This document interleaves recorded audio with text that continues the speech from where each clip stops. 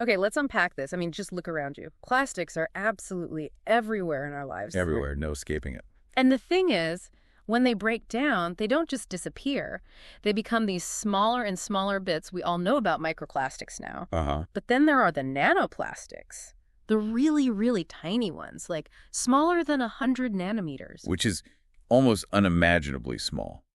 For comparison, a human hair is what, 80,000 nanometers wide? Maybe more. Exactly. So these things are microscopic beyond microscopic. And because they're so tiny and, well, everywhere, they're getting into the environment, into our food chain. Seafood, water, other common foods. Right. And eventually, into us. The estimates on how much we ingest are pretty wild. I've seen numbers like 40,000 to 50,000 microplastic particles a year. Some estimates go way higher, even millions. Yeah, the range is huge, but the point is, it's potentially a lot. Which, just raises this massive question. What actually happens when these ultra-tiny particles, especially the nanoplastics, get inside our bodies? That's the critical unknown, isn't it? And that's exactly what we're diving into today. We've got a new animal study here from researchers at UC Davis, University of California, Davis. It was presented at the Nutrition 2025 meeting. Mm-hmm. So our mission today is really to cut through the jargon and figure out what the study actually found about orally consuming nanoplastics. What did they see in terms of impact on metabolism, organs like the liver, and, what could this mean for you? It's a super important question. Because, look, we know the particles are there, but scientifically proving direct health effects, especially from these nanoscale ones, that's been really challenging. Okay, so how did this UC Davis team even start to tackle something this complex? What was the main question they wanted to answer? Tell us about the study itself. Well, the source mentions the lead researcher is Amy Parkhurst, who's a doctoral candidate there at UC Davis. And their motivation was exactly what we were just talking about, this growing concern around micro and nanoplastic exposure. They wanted to actually evaluate the health impact. They needed, solid scientific evidence. Right. Not just correlation, but potential causation. And they designed it to mimic how we might actually get exposed through food and drink. Exactly. So they used 12-week-old male mice. For a period, these mice got a standard diet, but it was supplemented with a daily oral dose of polystyrene nanoparticles. Polystyrene, like foam cups and food container? Yeah, exactly. It's incredibly common, especially in food packaging, so it's a relevant choice. The dose they used was 60 milligrams per kilogram of body weight per day. And how did they land on that specific dose? Well, it wasn't random. It was based on estimates of human exposure levels and also looking at previous mouse studies that had already shown some health effects around similar amounts. So they're trying to make it relevant to us, to potential human exposure levels. Although Parkhurst did acknowledge, right, that it's basically impossible to completely eliminate all background plastic exposure for these mice. Absolutely. You can't create a perfectly plastic-free bubble. Yeah. But the key was the study design. They had this controlled exposure group getting the specific nanoplastic dose and then a clean control group. Oh, okay. So that comparison allowed them to see dose-correlated changes. Basically what happens because of those added nanoplastics compared to the mice that didn't get them. Got it. So the comparison is key. And what did they find?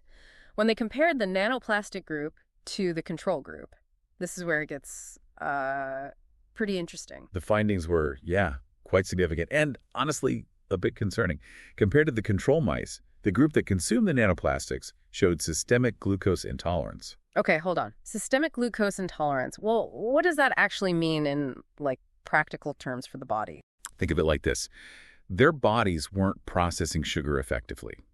It's a real red flag for metabolic health. It can be a step towards things like insulin resistance or even diabetes down the line. Wow. Okay, so metabolic disruption? Was that it? No, there was more. They also found elevated levels of an enzyme called alanine aminotransferase. You often see it just called ALT. ALT levels. Why are those important? What do they tell us? ALT is primarily found in the liver. So when liver cells get damaged or stressed, ALT leaks out into the bloodstream. Finding elevated ALT is a pretty standard indicator of liver injury or liver dysfunction. So potential metabolic problems and signs of liver damage just from these tiny plastic particles. That's what the data suggested in this model, yes. That seems like quite a leap, doesn't it, from just swallowing particles? Did the researchers find anything else that might help explain how this could be happening, like a mechanism? Yes, they did. They also observed an increase in gut permeability in the mice that were consuming the polystyrene. Gut permeability, is that what people sometimes call leaky gut? That's the common term for it, yeah. Essentially, the lining of the gut becomes, well, leakier. It lets stuff pass through into the bloodstream that should really stay inside the gut. Okay. And importantly, along with this increased permeability, they found higher levels of something called endotoxin in the bloodstream. Endotoxin. What's that? Sounds bad. It is. Endotoxins are toxic components from the outer membrane of certain bacteria, many of which live in our gut. Normally, they stay put. But if the gut is leaky. Exactly. If the gut lining is compromised, these endotoxins can slip through into the circulation. And the study suggests that this combination, the leaky gut plus the elevated endotoxin, seemed to be a major contributor to the liver dysfunction they were seeing in those nanoplastic-fed mice. So it's like a chain reaction. Nanoplastics maybe irritate the gut lining. That's the hypothesis. The gut gets leaky, these bacterial toxins get into the blood, and then that hits the liver and maybe disrupts metabolism more broadly. That appears to be the pathway they observed. And Parkhurst noted that these findings actually confirm and sort of build upon other recent reports seeing similar effects with nanoplastics in other animal studies. So this isn't totally out of the blue. It fits into an emerging picture. Exactly. This research adds another, quite detailed piece to that puzzle. It strengthens the evidence base, suggesting these particles can interact with biological systems in potentially harmful ways. And connecting that back to those huge ingestion numbers we talked about earlier. Yeah. Well, it certainly makes you think about the potential risks for humans, even if this is an animal study. It definitely raises serious questions. Which brings us perfectly to the so what factor. What do these findings actually mean in the bigger picture? Especially thinking about, say, policy or regulation. Well, according to Parkhurst, the lead researcher, these findings warrant further studies to help inform policy around micro and nanoplastics. That's a direct quote. The message is pretty clear.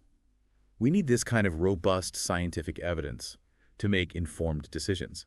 Decisions about monitoring these materials, maybe regulating their presence, especially in things that come into contact with our food and drink. Makes total sense. You can't regulate thin air, you need solid data. So what's next for this particular research team? Are they stopping here or digging deeper? Oh, they're definitely digging deeper. They're continuing this line of work, looking at the impact of nanoplastics on other tissues in the body, not just the gut and liver. Expanding the scope. Right. And they're planning more studies in rodent models to get a much more precise understanding of exactly which tissues and organs are most affected. And crucially, they want to figure out the underlying molecular mechanisms, the how. How, at a cellular level, are these particles triggering these responses? Precisely. How does it actually work? And I saw they're using some pretty advanced techniques now, collaborating with a Dr. Elizabeth Newman. Yes, exactly. They're working with Elizabeth Newman, who's a PhD, and using a technique called MELDI mass spectrometry imaging, matrix-assisted laser desorption ionization. Okay, MALDI imaging. What does that let them do? It's really powerful. It basically allows them to create detailed maps showing exactly where the nanoplastics are accumulating within the tissues at a very high resolution. Wow. And at the same time, they can measure the specific metabolic changes happening right there in those precise locations.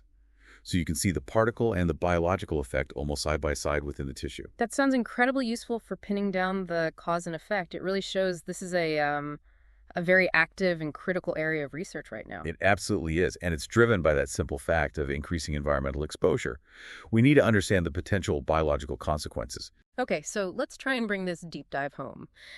The core takeaway, really, from this UC Davis study seems to be that even these incredibly tiny plastic bits, the nanoplastics we might be swallowing every day, are showing these concerning links in animal models to quite serious health issues like glucose intolerance, like liver injury. Yeah, it adds a really crucial data point. It underlines that plastic pollution isn't just some abstract environmental issue out there.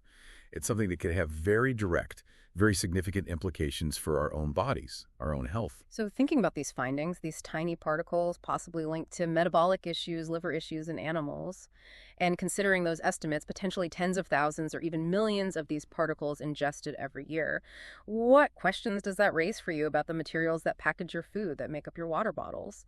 And looking ahead, how might future research like this, or maybe even policy changes based on it, eventually filter down and affect your daily life? Definitely something to think about.